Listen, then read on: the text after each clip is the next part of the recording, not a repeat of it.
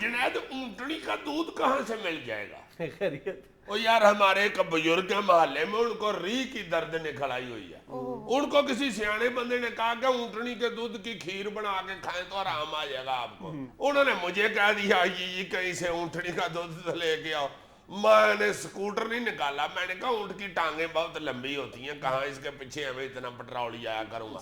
Cycle پکڑ کے ڈول پکڑ کے میں جو وہ بند روڈ پہ پرے راوی دریا کی طرف بہت پھرا ہوں یار، اونٹ نہیں اب نظر آتے کہیں۔ میرا حال ہے کبھی کبھی وہ اونٹ جو ہوتے ہیں اونٹ لے کے جو جاتے ہیں، ہاں وہ جاتے ہوں تو وہ اونٹ کا دودھ ساتھ بیچ رہے ہوتے ہیں۔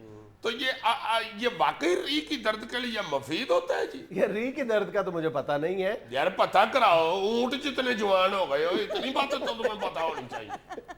لیکن بہرحال اونٹنی کے دودھ کی افادیت اور تاثیر کے حوالے سے کئی باتیں مشہور ہیں، جن میں سے ہو سکتا ہے کہ چند باتیں غلط بھی ہوں، لیکن تمہیں پتہ ہے کہ پورے یورپ میں اس وقت اونٹنی کے دودھ کی مقبولیت جو ہے وہ اس نہج تک پہنچ چکی ہے کہ پوری دنیا میں اس وقت جو اونٹنی کے دودھ کی ٹریڈ ہے یا اس کی جو مصنوعات ہیں اس کی ٹریڈ کا والیوم $10 بلین تک پہنچ چکا ہے۔ اچھا جی۔ ہاں، اور یورپ اس حوالے سے کئی یورپی ملکوں میں اس بات پر بہت ریسرچ ہو رہی ہے، خاص طور پر ہالینڈ میں ایک فارم ہے جہاں پر سینکڑوں کی تعداد میں اونٹ موجود ہے۔ یورپ میں ویسے اونٹ پالنے کی اجازت نہیں ہے، انہوں نے خاص طور پر لائسنس لے کر یہ فارم شروع کیا ہے، اور وہاں پر جو گزشتہ 3 سال سے جو ریسرچرز کام کر رہے ہیں ان کا یہ کہنا ہے کہ ہم بہت جلد یورپی کمیشن کو یہ رپورٹ دیں گے کہ اونٹنی کے دودھ کی اس قدر اس کے فوائد اتنے زیادہ ہیں کہ ہمیں اس کو اپنی خوراک کا لازمی حصہ بنانا چاہیے۔ اچھا جی، جناب واہ واہ واہ واہ۔ رسول پاک صلی اللہ علیہ وآلہ وسلم نے ویسے ہی نہیں اس جانور سے اتنی محبت کی۔ حضرت انس سے ایک روایت ہے، وہ ایک حدیث بتاتے ہیں ایک جگہ پہ، وہ کہتے ہیں کہ کچھ لوگ مدینے میں آئے تو انہیں کوئی خطرناک بیماری لگی ہوئی تھی۔ رسول پاک صلی اللہ علیہ وآلہ وسلم نے ان کو ساتھ اونٹ دے دیے، اونٹنیاں دے دی۔ انہوں نے کہا کہ مدینے سے آپ باہر چلے جائیں، کچھ دیر مدینے سے باہر رہیں، وہاں پہ جا کے اونٹنی کا دودھ پئیں، جب آپ لوگوں کی یہ بیماری ختم ہو جائے گی تو واپس مدینے تشریف لے آئیے گا۔ بس یار اس بات کے بعد ایک مسلمان کی حیثیت سے تو جو اونٹنی کے دودھ کی افادیت ہے اس پہ کوئی شک باقی نہیں رہ جاتا نا۔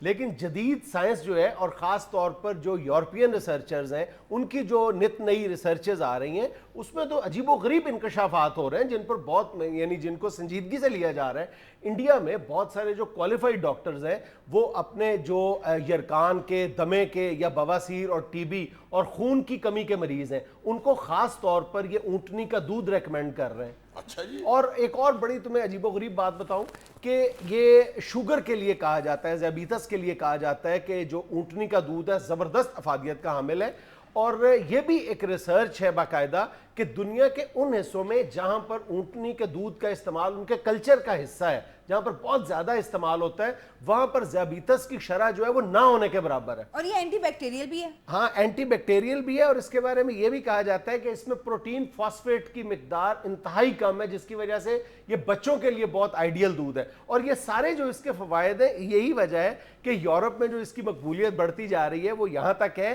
کہ اب باقاعدہ یو اے ای نے ایک یورپی کمیشن کو اپلیکیشن دی تھی جس کے بعد یو اے ای کو باقاعدہ یہ لائسنس دیا گیا ہے کہ وہ یورپ میں یہ اونٹنی کا دودھ جو ہے وہ ایکسپورٹ کر سکتا ہے۔ اس طرح وہ اونٹنی کا دودھ ایکسپورٹ کرنے والا پہلا ملک بن گیا۔ یار تم جس طرح بتا رہے ہو مجھے تو لگتا ہے مجھے سکوٹر بیچ کے اونٹنی رکھنی پڑے گی۔ اچھا، اس ساری صورتحال میں جب یورپ پر یہ انکشاف ہو رہا ہے کہ یہ بڑی زبردست اور کمال کی چیز ہے، ایک ملک غالباً بہت پچھتا رہا ہوگا اور وہ ہے آسٹریلیا۔ کیوں جی، وہ کیوں پچھتا رہا ہے؟ اس کی وجہ بڑی دلچسپ ہے۔ آسٹریلیا میں غالباً 1 یا 1.5 سال پہلے ایک پورے آسٹریلیا میں ایک زبردست کیمپین چلی تھی کہ وہاں پر اونٹ جو ہے وہ فضائی آلودگی کا باعث بن رہا ہے۔ وہاں پر 10 لاکھ سے زیادہ اونٹ ہیں، اور باقاعدہ وہ اتنے تنگ آ گئے ہیں، آسٹریلوی جو حکومت ہے وہ اس قدر اکتا گئی ہے ان اونٹوں سے کہ انہوں نے اونٹ مارنے پر باقاعدہ $75 فی اونٹ انعامی رقم مقرر کی تھی۔ نہیں، اتنے وہ تنگ ہیں اونٹوں سے تو 10 لاکھ اونٹ اگر ادھر موجود ہے تو انہوں نے پہلے پالے کیوں تھے، ادھر رکھے کیوں تھے؟ آسٹریلینز نے انڈیا سے مال برداری کے لیے اونٹ منگوائے تھے ابتدا میں، اور 1907 میں ایک بڑی شپمنٹ آسٹریلیا گئی تھی، لیکن اس کے بعد جب زمانے نے مطلب کروٹ بدلی ہے، اس کے بعد انہوں نے یہ تمام اونٹوں کا جو استعمال ہے یہ ترک کر دیا تھا, جنگلوں کی طرف بھیج دیے تھے, اور آج آسٹریلیا میں یہ اونٹ جنگلی اونٹ کہلاتے ہیں.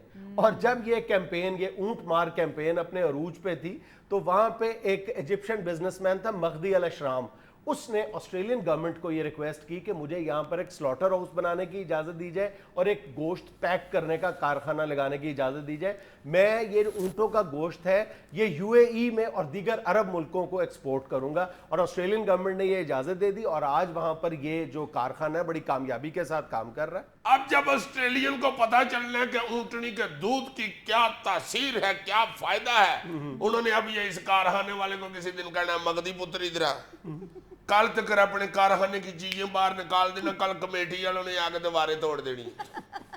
اچھا سر, میں پچھلے دنوں خبر پڑھ رہی تھی کہ ایک برٹش کمپنی نے اونٹنی کے دودھ سے آئس کریم بنائی اور اسے ایکسپورٹ کرنا شروع کر دیا تھا ترکی میں, جو جتنے بھی عرب ممالک ہیں وہاں پر, اور افریقہ کے ممالک میں, اور وہاں وہ اتنی پاپولر ہوئی کہ انہوں نے فیصلہ کیا کہ اب یہ اپنے ملک میں بھی انٹروڈیوس کروائیں گے. واہ واہ واہ. پھر میں اپنے ہمسائے کو کہہ دیتا ہوں کہ اونٹنی کا دودھ تو مل نہیں رہا کھیر پکانے کے لیے, ادھر لندن سے اونٹنی کے دودھ کی آئس کریم منگوا لو, شاید تمہاری ریح کی درد ٹھیک ہو جائے.